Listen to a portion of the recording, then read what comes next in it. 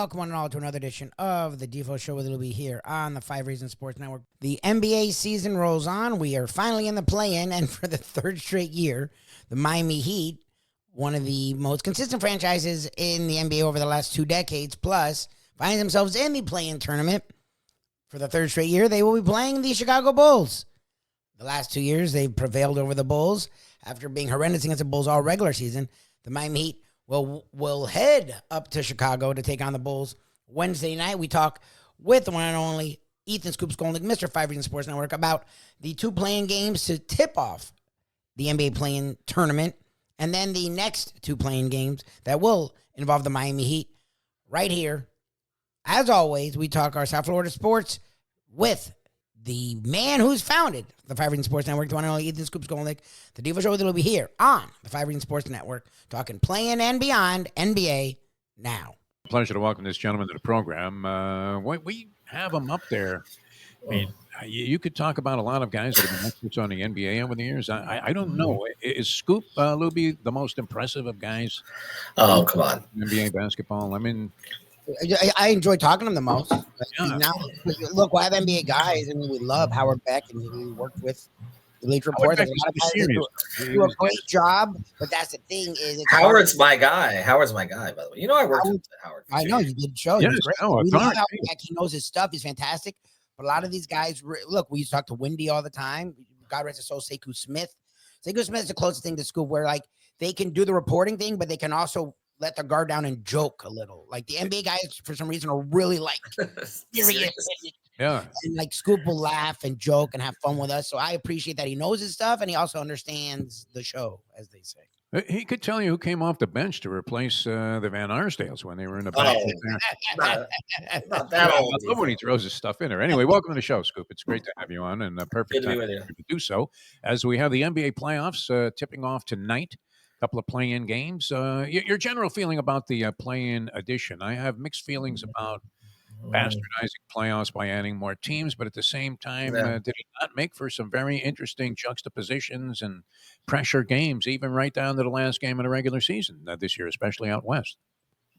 Well, it did, although you would have had a lot of that anyway, in terms of jockeying for seeds. I guess my issue with it is when you have an 8 seed and a 9 seed that are separated by as many games as, say, we see in the West, right? Where the 8 seed Memphis is like 5 or 6 games up on Sacramento and Dallas, who finished 9 and 10. I mean, Dallas traded Luka. They should automatically be disqualified.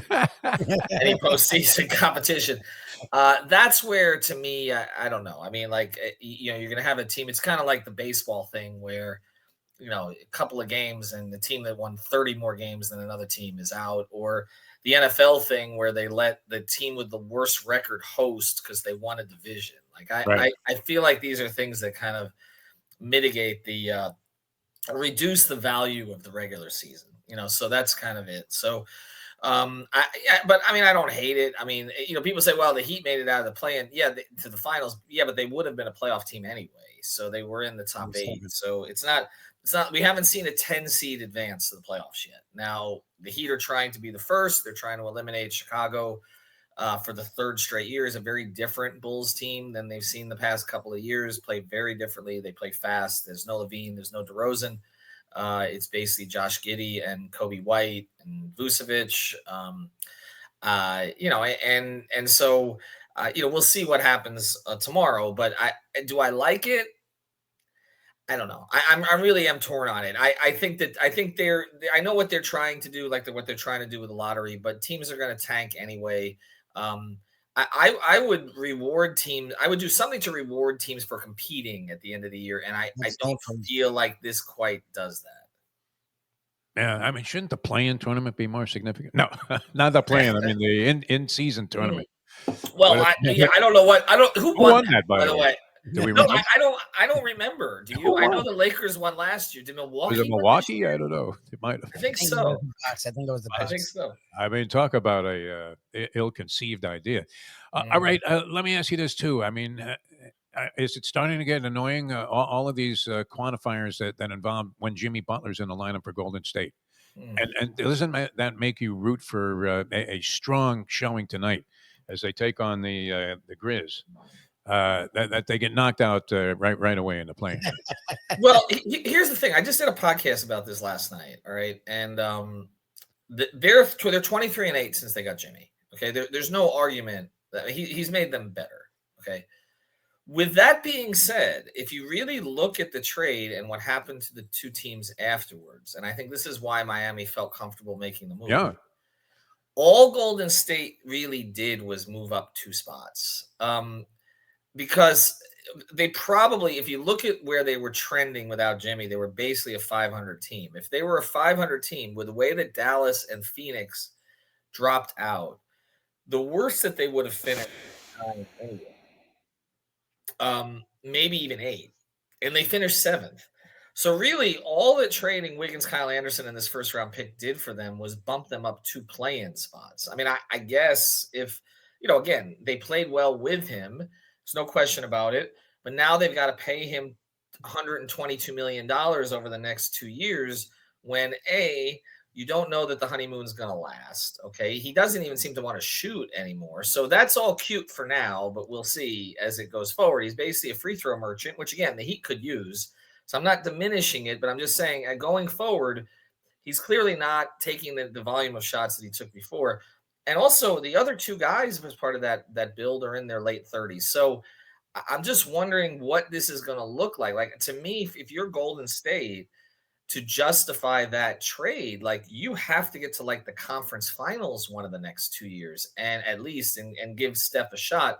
And I don't see it now. I will say, if they can beat Memphis, which is no guarantee, I think that's a toss-up game. But if they can beat Memphis and get the 7, I don't really think Houston wants to see them, because the Rockets are really young, really talented, and really inexperienced for the most part. And Golden State's going to bring experience to that series. So I might even pick the Warriors, and then that puts them now the next round against Luka and the Lakers. I don't see it. But to me, the issue is if Golden State loses to Memphis, but then recovers, beats Sacramento or Dallas, then they'll beat which was what I think was probably going to happen. Then they'll be the 8 and they'll play OKC. And I don't see them winning that series either. So they have to they got to win tonight, and then we'll see what happens. And then if they get to the second round and have a very competitive series, ESPN will be happy with the Lakers Golden State series. They won't cover anything else. The Lakers beat Minnesota.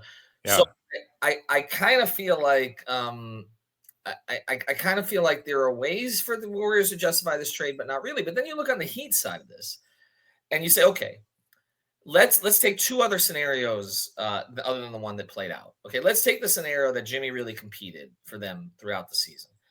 I think the best case for the Heat would have been the 5 seed. I was going to say 4 or 5. Yeah, I don't even think 4, though, because Indiana won 50 games. I don't think the Heat would have been a 50-win team. I think the Heat could have maybe finished ahead of Milwaukee because of Dame's situation, their slow start, maybe finished ahead of Detroit. So say best case scenario 5, probably 6, okay? The Jimmy that they got, though, if they don't trade him, the best case scenario for the Heat was 7 or 8 anyway, and so they dropped to 10. So, like, what's the difference? Like, this is so. This is my whole thing. Is like, and what did they get out of? Well, they got Wiggins. We'll see how that plays out. Kyle Anderson's been helpful. They got Davion Mitchell, who they obviously want to keep, and they got him in this other trade.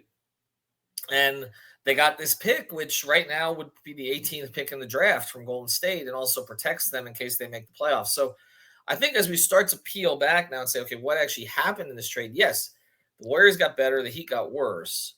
But did the Heat get worse enough, and did the Warriors get better enough that it made the compensation worth it for one side or the other? And it's looking to me like the Heat ultimately will benefit more from that trade.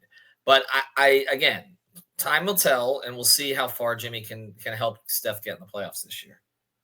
Yeah, I thought the Heat did very well to recoup what they did for Jimmy Butler. They had no leverage at that point. I mean, they're suspending him every game. He's more sour than any loaf of bread you could get in San Francisco. Which, and by the way, I don't know. I remember when Luby and I were there covering the Super Bowl. I was somewhat stunned. You knew that it was expensive to live there, but you were looking at like studio apartments that were being featured as this is a real steal of a deal, above like a meth lab somewhere in a slimy section of the city, and it was like $5,300 a month. Mhm. share a bathroom and all that. And the tickets tonight for this playing game are like 130. They start at, as compared to Orlando, $37 to get a playoff ticket in Mickey Mouse Land. Oh So my God, yeah. yeah, I mean the cost of living there is definitely exceptional. No, it's insane. Yeah, so we'll see if Jimmy Butler doesn't sour out before the 2 years are up. But I think most people here in South Florida, the fans were more than happy to kiss him goodbye at that stage. It was interesting. I'm sure you were at the night that he came back with Golden State, Mhm. and I was duped into betting the over, figuring he was going to go No, into I bet one of the these under. macho man modes and just say, "Me, Jimmy, I show you what I can do." And he was completely meek. I think he had 11 points. I was destroyed Mhm. by halftime in that one. But yeah, we'll see if that sustains itself. It'll be interesting. What team? I mean, we know the NBA, Scoop Skolnick, is a chalk league. Mhm. Are there any teams? I mean, you would look east and say Mhm. probably Boston, Cleveland, certainly in there with a shot. I don't know who else really has a legitimate chance. Some are speculating maybe Milwaukee. I don't know why I don't Mhm. see that. Uh, Yeah. and Oklahoma City looks to be far and away the best in the West, as you mentioned. Are there any teams? The Clippers are hot right now. Yeah. Yeah. I would look at them. I would look at them as a dark horse All right right. now. I think, well, let's start with the East. I really am having, could the Knicks get things together and beat Boston? Maybe. I think they have the wings to do it, but I also think they're worn out, and they are like 0-10 against the best teams in the league this year. So I'm not really seeing it. I'm Milwaukee, Indiana. I think Giannis can get through that series because of Indiana's play style. I don't think Milwaukee can get much further, although Giannis against the world, against Cleveland, maybe. We've seen these complementary teams like Cleveland. I go back to Atlanta a few years ago. Sometimes they fall apart in the playoffs, and the one man band like the LeBron or the Giannis can take them down. So I guess it's possible. I don't really see Detroit making noise this year. I think those who think Detroit's going to beat New York, I think are wrong. Actually, I know that's like the hot pick right now, but and Cade's great, but I don't think they have enough at this moment to beat the Knicks. I think that the experience will matter in that series, and so I like the Knicks. So really, I think you're looking at Boston, Cleveland most likely in the Eastern Finals, and you're looking at Boston beating Cleveland even without home court advantage. So I think if you're looking for drama, I don't really see it there. Now in the West is a little more interesting because of OKC's relative inexperience. I don't. They have a little more, obviously, after going through the playoffs last year. They're not a finished product yet. They're going to be a behemoth as they continue to add these picks and add these players to the group. But I don't, even though they rolled through the regular season, I don't consider them chalk in the West in the playoffs. I would have more confidence in Denver. I don't know how they're going to ride that coaching change. And that first round matchup, Denver Clippers, is that's a beast. The Clippers. Look, I'll say this: if Kawhi stays healthy, but you cannot count on that. Okay, That's a if giant if, Kawhi right? I mean, if Kawhi stays right at healthy, the top of the eye chart. IF.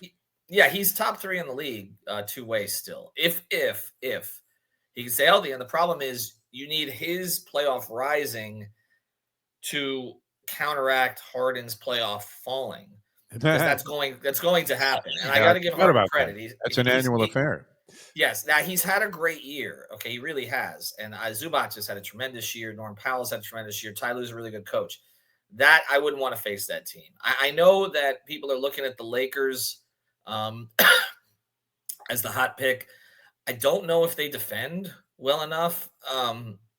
I kind of worry about LeBron having an ankle injury here or there that keeps him out of game in the postseason. I mean, the thing about Luka is, yes, he's going to have big, but he also doesn't guard.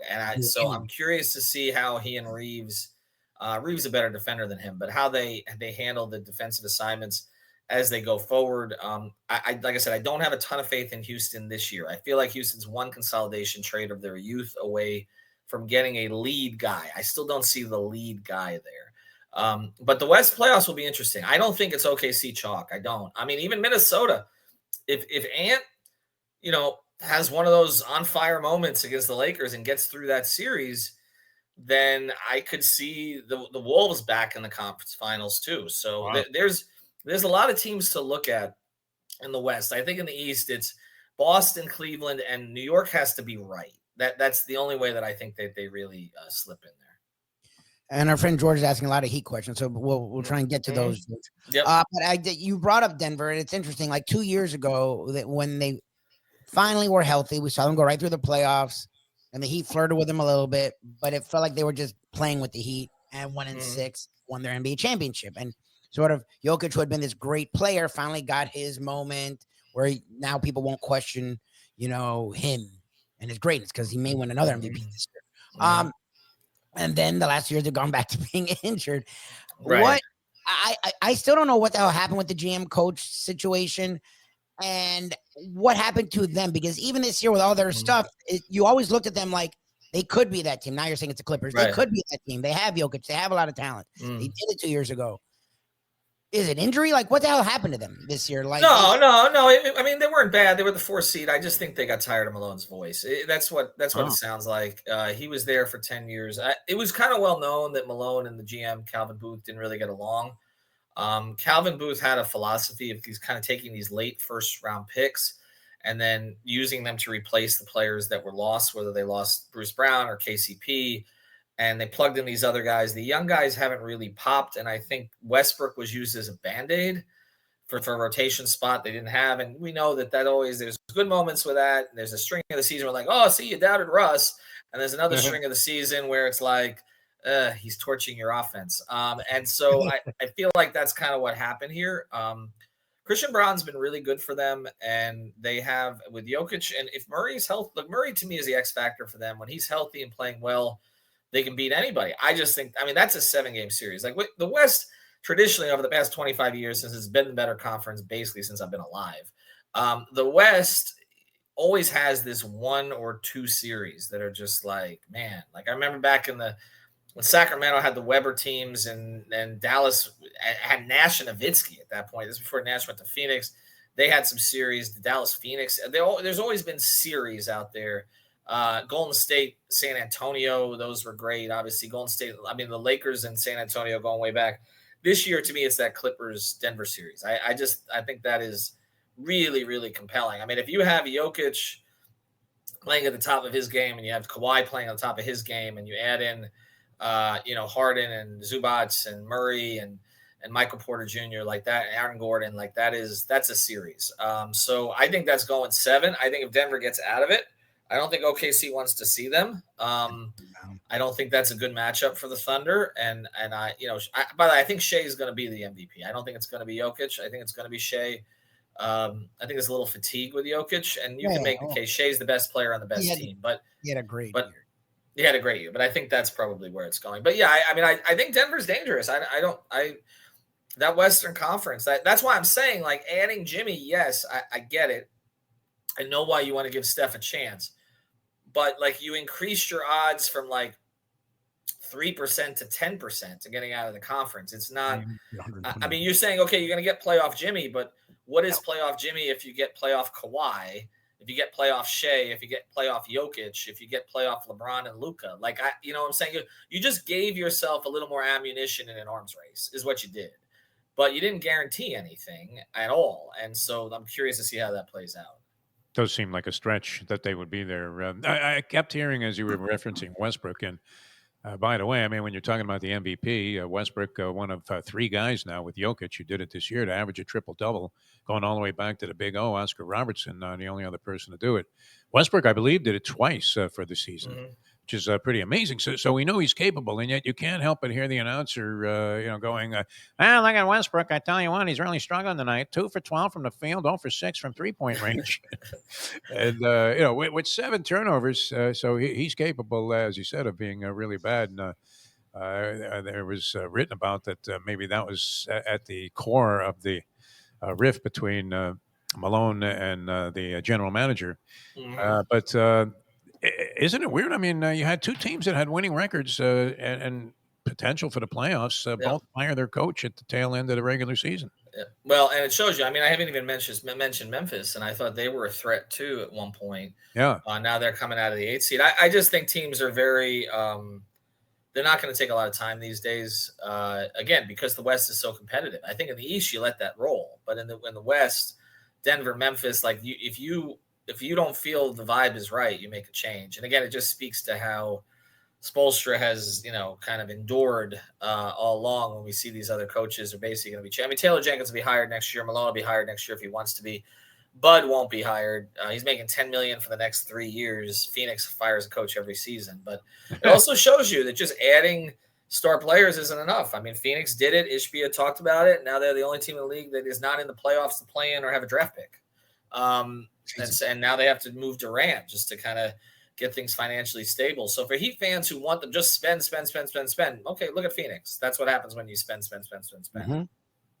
All right, so George brought up a slew of Heat stuff, and we do love getting into our Heat stuff with you, as you are our favorite Heat guy, and we know Ira does a great job. A lot of people do, but we love talking Miami Heat with you. He brought up Hero, which is interesting because Hero finally had the season we all were hoping for. Everyone else, sort of Jovic and Hawkins, did not, but right. Hero did, and Bam by the end of the year was as aggressive as I could ask for him. Like, he was consistent by the end of the year. And Ware actually was more than, I mean, I just want him to be on the court this year. He was actually a rotation this year. So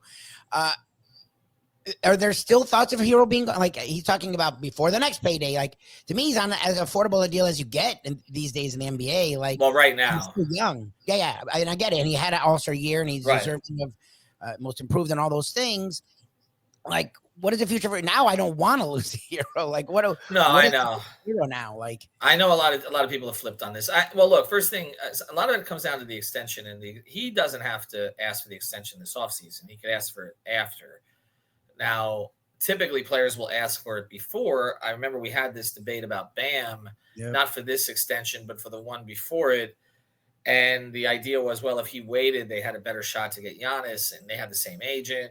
He asked for it right away. Now, Tyler has this thing where if he's all NBA, it makes sense for him to wait to ask for it, but he didn't make all NBA this year, any of the 3 teams, or he's not going to. You look at all the polls, and I get it, even though he was an all-star, and even while going, 5-5 on very, very efficient shooting, he still wasn't that. So he may ask for it right away, and I think that's where the question becomes. I mean, I think that what fans – what executives have kind of learned is you don't necessarily have to max someone just because you can.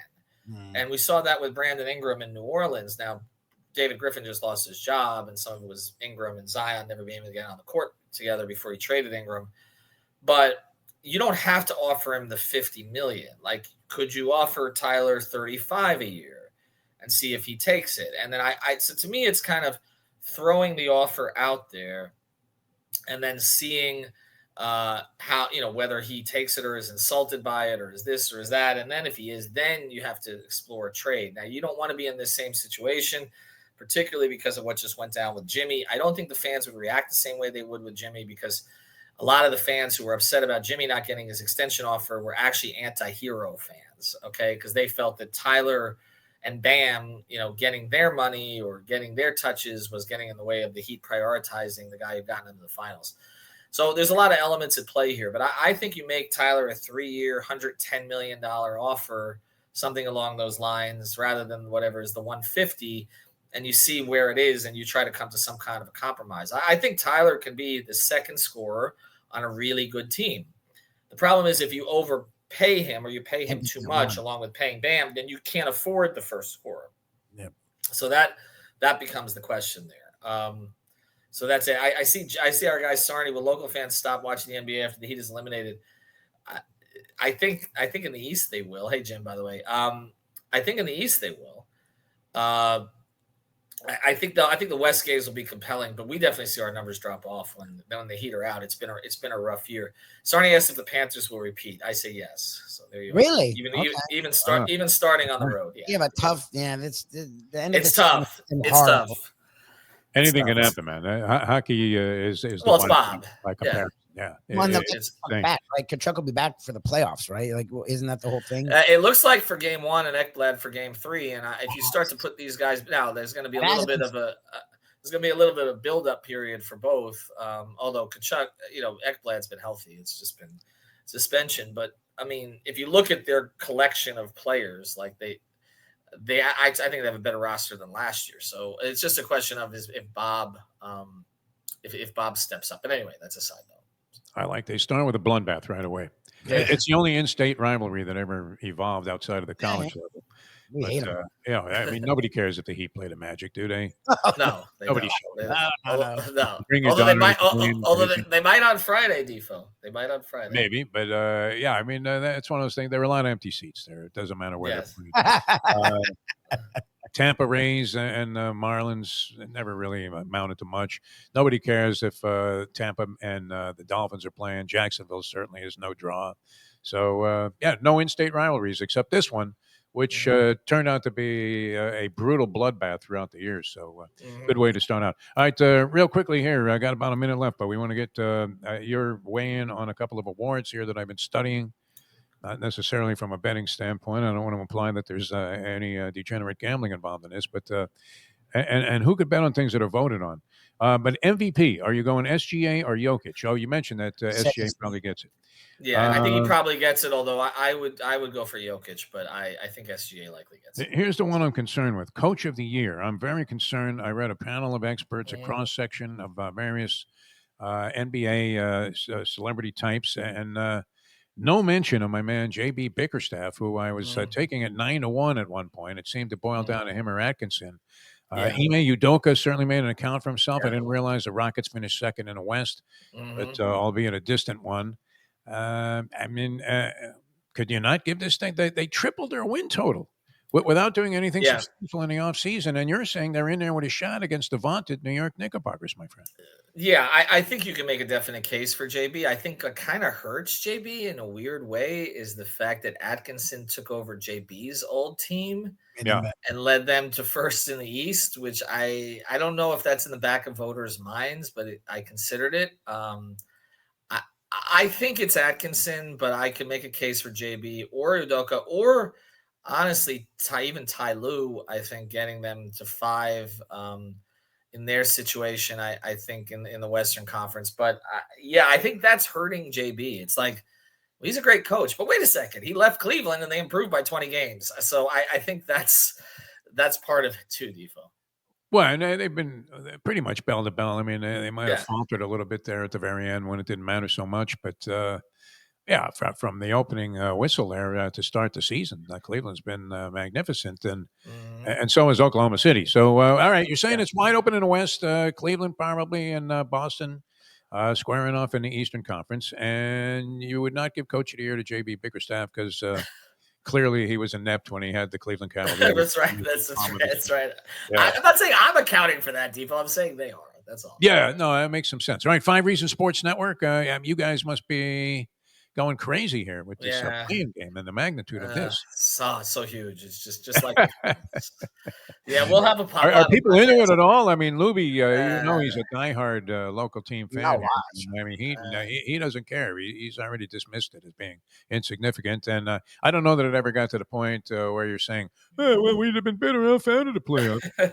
I'm never a fan of that approach and used to be very critical of callers who would suggest that was a good idea. I don't know. I mean, are you sensing any kind of you deal with the most diehard of local fans here on 5 Reasons? What are you sensing from the crowd out there? I mean, I think most of them want the season to be over with. Honestly, I would like to be. I'd like to be more positive about it. But this has been a long year. This is 37 wins, and we did post games for all 82 games, including ones that they dropped 25-point leads. Called timeouts they didn't have. It's been a rough watch. We devote ourselves to being very comprehensive on that team, and when that team is bad, it's rough. They're supposed to be our respite from the Dolphins, and unfortunately, that was not the case this year. So for me, I mean, we'll make a little more money if they play a first round series. So yay! But other than that, I'm ready for this thing to be over. Like a nagging Jewish mother. It was draining, the whole Jimmy Butler thing, wasn't it? It was. That was the one, looking back, that was the one interesting month, I suppose. But that other than that, that was not a whole lot there. Not a whole lot there. Yeah, I mean, you're waiting to see what is Riley going to counter with. Suspensions, solitary confinement. I don't know. I guess, in this country, it's impossible. All right, Ethan, always a pleasure. Five Reasons Thank you, Sports sir. Network. Just log on there. You'll get, you We talk got about, everything. yeah, and I would imagine pretty soon you'll be turning your attention to the Panthers and the NHL playoffs, which Yes. should be very, very wildly entertaining, I hope. Yes. All right, Scoop, thanks so much for joining us. It's always a pleasure, my friend. Thanks, That's man. Ethan Scoop Skolnick, man. True, it's not a joke. I know Ethan laughs because there are a lot of great people that cover the NBA and a lot of great people that cover the Miami Heat. He's done both for decades. He's also covered the Dolphins, covered the Panthers, covered the Marlins. So we love talking all things South Florida sports with Ethan, as we call him, Scoop Skolnick. But his crux, he has a great relationship with the organization. He does treat them well, but he also is very honest about them with the Miami Heat. And when it comes to the Miami Heat, he's fantastic. When it comes to the NBA, he's fantastic. So he's one of our go-to guys and gals that we love talking NBA with, talking the Miami Heat. It's going to be a very interesting play, and I think they can get past the Bulls. I just don't know if the Miami Heat get past either the Magic or the Atlanta Hawks. Two teams, they played well in the regular season, but the Heat, the last 2-3 weeks, have just been all over the place. It's been a really tough year. Getting into the playoffs, look, if they're a 7 or an 8, I don't see them doing anything against the Cavs or Celtics. But again, as a Heat fan, I've always rooted for them to go on because as we saw 2 years ago, I was ready for that season to end. It was a disastrous season. They lost to the Hawks in the play-in. They were struggling with the Bulls in the play-in and found a way to win and then went on a run that got them into the NBA Finals and even took a game, almost 2 games in the NBA Finals against the then Denver Nuggets, who became NBA champions. So you never know. It's just been a tumultuous year. It's been a year where you thought you'd get the best of Jimmy Butler. You thought you'd have the Heat challenging for a top 4 or 5 seed and possibly getting into a second round or a conference finals series. And then Butler just was non-existent, and then a baby, and then ridiculous, and now is in a Golden State Warriors uniform. So who knows what to look for the Miami Heat? Who knows what to look for the play-in and even the playoffs? Ethan opened my eyes to the Western Conference because I thought it was the Thunder or bust. But the Clippers, the Nuggets, the T-Wolves, there's a lot of talent out west that the Lakers, Warriors could find their way into a matchup against the Thunder. And they are still a young team, as successful as they've been the last 2 years, as much as they run away with the Western Conference, winning by double digits this year in the regular season, getting the number 1 seed. They are still a young club with a lot of draft picks that are only going to get, he used the word behemoth, he's not wrong. They're only going to get better, actually, as scary as that is, seeing they're the overall number 1 seed in the NBA. Out east, it does feel like it's a 2-horse race. The Celtics, the Cavs, people want to just run to the Celtics side. The Celtics got a lot of breaks last year, and people forget that. The Celtics literally had one of the easier routes, as every team they faced had their number 1 or number 2 or both hurt all the way, even into the finals when both Kyrie Irving and Luka Doncic at that time with the Dallas Mavericks were very hurt, very banged up, and the Celtics were pretty healthy for a team that made it that long. We'll see if that's the case. The Cavs do have Jared Allen this year, do have Donovan Mitchell, who's been one of the best players in the NBA this season, and have Darius Garland and Evan Mobley into another year with playoff experience. I think the Cavs have a legit shot. We will definitely talk lots of playoffs and beyond, and lots of Miami Heat into the playoffs or not, into the offseason here. Check us out each and every morning on South Florida Live with the DEFO Show with Luby. And check us out with our South Florida skewed content, the DEFO Show with Luby, here on the 5 Reasons Sports Network. Hey, folks, Tony Segreto here. Let me ask you a question. What do you look for when you go out to eat? Good food, obviously, friendly atmosphere, not too loud, but good energy, reasonable prices, and a place where you feel comfortable.